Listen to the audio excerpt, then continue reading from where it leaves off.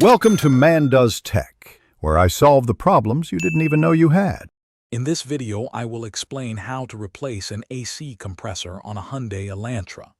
Before you begin, always disconnect the negative battery terminal to prevent electrical issues. It's crucial to safely discharge the AC system, refrigerant using appropriate equipment. Remember to wear safety glasses and gloves throughout the process to protect yourself from potential hazards and chemicals. Now let's get to removing the old compressor.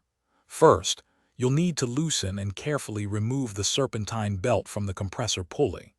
Next, disconnect any electrical connectors and the refrigerant lines attached to the unit. Be prepared for some residual refrigerant. Finally, unbolt the compressor from its mounting brackets, making sure to support its weight as you remove the last bolt. With the old compressor out, it's time to install the new one. Always use new O-rings on the refrigerant lines to ensure a leak-free seal. Carefully position the new compressor onto the engine brackets and bolt it securely into place. Then, reconnect all electrical plugs and the refrigerant lines, tightening them to the manufacturer's specifications.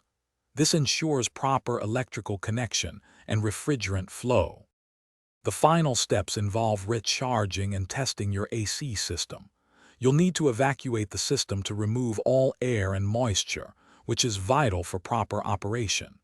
Then, add the correct amount of new refrigerant and compressor oil according to your vehicle's specifications.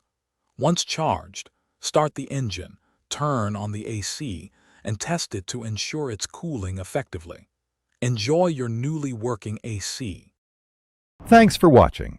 If you found this helpful, don't forget to like and subscribe.